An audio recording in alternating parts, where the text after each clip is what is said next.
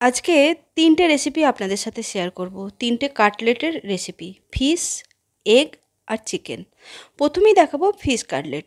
এখানে আমি ভেটকির ফিলে নিয়ে নিয়েছি। ভেটকির ফিলের জায়গায় যদি কোনো বড় পাকা মাছের ফিলে এইভাবে বার করতে পারেন তাহলেও কিন্তু খুব ভালো হবে। এবারে এটাকে দুবার ম্যারিনেট করব। প্রথমবারটায় একটু নুন দিয়ে দিলাম আর একটু চাট মশলা দিলাম, আর দেব একটু আদা বাটা আর একটুখানি রসুন বাটা। এই হাফ চা চামচ করে সব উপকরণগুলো দিতে হবে। যতটা যেরকম পরিমাণে ফিশ হবে সেইভাবে আপনাদেরকে আন্দাজ করে দিতে হবে। আর হাফ লেবু চিপে রসটা দিয়ে দিলাম, দিয়ে ভালো করে মাখিয়ে নেব। লেবু না থাকলে ভিনিগারও কিন্তু দিতে পারেন। দিয়ে মাছগুলোর ওপরে ভালো করে মাখিয়ে এটা 30 মিনিটের মতো রেখে দেবো। তবে হালকা হাতে মাখাতে হবে, কারণ ভেটকির ফিলে খুব পাতলা হয়। 30 মিনিট পর বার করে নিয়েছি। এবারে ধনেপাতা বাটা আর পার্সলে পাতা বেটে নিয়েছি। এই দুটোকে বেটে নিয়ে এটা দিয়েও ম্যারিনেট করব। আর একটু সরষের তেল দিয়ে দিলাম, দিয়ে আবারও ভালো করে মাখিয়ে এটা 1 ঘন্টার মতো ম্যারিনেট করে রাখবো ফ্রিজে। এটাকে ভালো করে কিন্তু মাখিয়ে নিতে হবে। তারপরে একটা বাটির মধ্যে 2টো ডিম ভেঙে নেব। 2টো ডিম ভাঙার পর ডিমের মধ্যে দিয়ে দেবো একটুখানি নুন, একটু গোলমরিচ, একটু চাট মশলা, সব হাফ চামচেরও কম করে দিতে হবে। দিয়ে এখানে 2 চামচের মতো কর্নফ্লাওয়ার দিয়েছি আমি, দিয়ে ভালো করে এটা ফেটিয়ে নেব। ফেটিয়ে নিয়ে একটা ঘন ব্যাটার তৈরি করে নেব। তারপরে আবার আমি ওই মাছটা বের করে নিয়েছি 1 ঘন্টার পর। এবারে ডিমের গোলায় এইভাবে ডুবিয়ে নেব। দিয়ে ব্রেড ক্রাম্বস বাজারে কিনতেও পাওয়া যায়, বা নিজেরা পাউরুটিকে গুঁড়ো করে নিয়েও করে নিতে পারেন। তারপরে ব্রেড ক্রাম্বসের ওপরে এটা দিয়ে ভালো করে এপিট ওপিট করে কোট করে নেব। আবার একবার ডুবিয়ে নিয়ে আবার কোট করে নেব। এটা কিন্তু আপনারা চাইলে একটা কোটও করে নিতে পারেন, কিন্তু আমি 2টো কোট করছি যাতে ভালো হয়।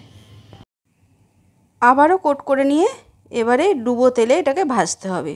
একটু শেপ দিয়ে নিতে হবে, হাত দিয়ে বা চামচ দিয়ে বা ছুরি দিয়ে লম্বা করে, যেমন ফিশ কাটলেট হয় শেপ দিয়ে নিতে হবে। এটা কিন্তু শেপ হয়ে যাবে, ওটা দেখালাম না, অনেক বড় ভিডিওটা হয়ে যাবে তাই। তারপরে এপিট ওপিট করে খুব ভালো করে একটু লালচে লালচে করে ভেজে নিতে হবে।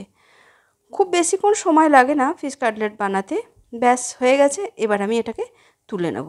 তুলে নিয়ে যে কোনো সসের সাথে তো খুব ভালো লাগে। এরপরে আসি এরপরের রেসিপি, ডিম কাটলেট। এখানে আমি 2টো ডিম নিয়েছি। ডিম নিয়ে ডিমটাকে ভালো করে গ্রেট করে নিয়েছি। আর একটা মাঝারি সাইজের আলুকেও ডিমের মধ্যে গ্রেট করে নিয়েছি। এবারে গ্যাসের মধ্যে তাওয়া বসিয়ে দিয়েছি। ওতে একটুখানি রিফাইন অয়েল দিয়ে দিয়েছি 1 চামচের মতো। একটা পেঁয়াজ কুচি দিয়েছি। এবার এর মধ্যে দিয়ে দেবো আদা বাটা, রসুন বাটা হাফ চা চামচ করে দিয়ে দিয়েছি। দিয়ে মশলাটাকে একটু ভেজে নেব। ভাজা হয়ে যাবার পর এর মধ্যে দেব লঙ্কা কুচি। এখানে যে যার মতো করে ঝালটা দেবেন।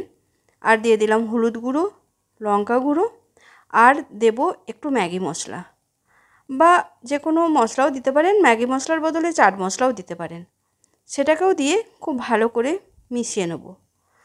মেশানো হয়ে গেলে আমি আলু আর ডিমের যে গ্রেট করা ডিমটা ছিল সেটাকে দিয়ে মশলার সাথে খুব ভালো করে মিশিয়ে নিতে হবে। একদম শুকনো শুকনো করে মিশিয়ে নিতে হবে। এরপরে এটাকে ঢেলে নিয়ে একটু ঠান্ডা করে নেব। অন্যদিকে একটা বাটির মধ্যে এখানে আমি 2টো ডিম নিয়ে নিয়েছি। এবারে একটু নুন আর একটুখানি গোলমরিচ দিয়ে খুব ভালো করে ফেটিয়ে নেব ডিমটা। ফেটানো হয়ে গেলে যেই ডিম আর আলুর ডোটা বানিয়ে রেখেছিলাম সেটা থেকে একটু করে নিয়ে গোল গোল করে চ্যাপ্টা করে নেব। তারপর ডিমের মধ্যে ডুবিয়ে আবার ব্রেড ক্রাম্বসের মধ্যে ডুবিয়ে এটাকে একটু লম্বা ধরনের শেপ দিয়ে নেব, হালকা লম্বা, ঠিক এরকম সব শেপ দিয়ে তেল গরম করে তেলে ভাজতে দিয়ে দেবো। এপিট ওপিট করে একটু সময় নিয়ে লাল করে ভেজে নিতে হবে, তাহলেই রেডি হয়ে যাবে ডিম কাটলেট। এরপরে আসি চিকেন কাটলেট। চিকেন কাটলেটের জন্য আমি বাইরে থেকে চিকেন কিমা নিয়ে এসেছি। এটা কিন্তু বাড়িতেও চিকেনকে মিক্সিতে ঘুরিয়ে করে নিতে পারেন।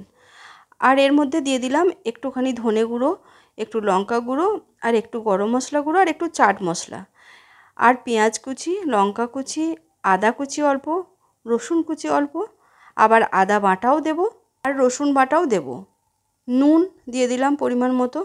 সব কিছুকে কিন্তু খুব ভালো করে মাখিয়ে নিতে হবে। আর সব পরিমাণটাই নিজেদের আন্দাজ মতো দিতে হবে। আমি এখানে হাফ চা চামচের মতো করে ব্যবহার করেছি। ধনেপাতা কুচি আর পার্সলে পাতা কুচি দিয়েছি, একটু লেবুর রসও দিয়েছি। দিয়ে খুব ভালো করে মেখে নেব। মাখা হয়ে গেলে ওর থেকে একটু করে নিয়ে গোল গোল করে আবার তৈরি করে নেব। তারপর এটাকে ডিমের ব্যাটারে ডোবাবো। যে যেমন ইচ্ছা শেপ দিতে পারেন, আমি এখানে গোল দিয়েছি বলে গোলই দিতে হবে এমন কোনো কথা নেই। এবারে ডিমের ব্যাটারে ডুবিয়ে নিচ্ছি, তারপরে আবার ব্রেড ক্রাম্পে ডুবিয়ে নেবো, আবার ডিমের ব্যাটারে ডোবাবো, আবার ব্রেড ক্রাম্পে ডুবিয়ে নিয়ে তৈরি করে নেবো। এগুলোকে ফ্রিজে আধ ঘন্টার মতো রেখে দেবো সেট হওয়ার জন্য।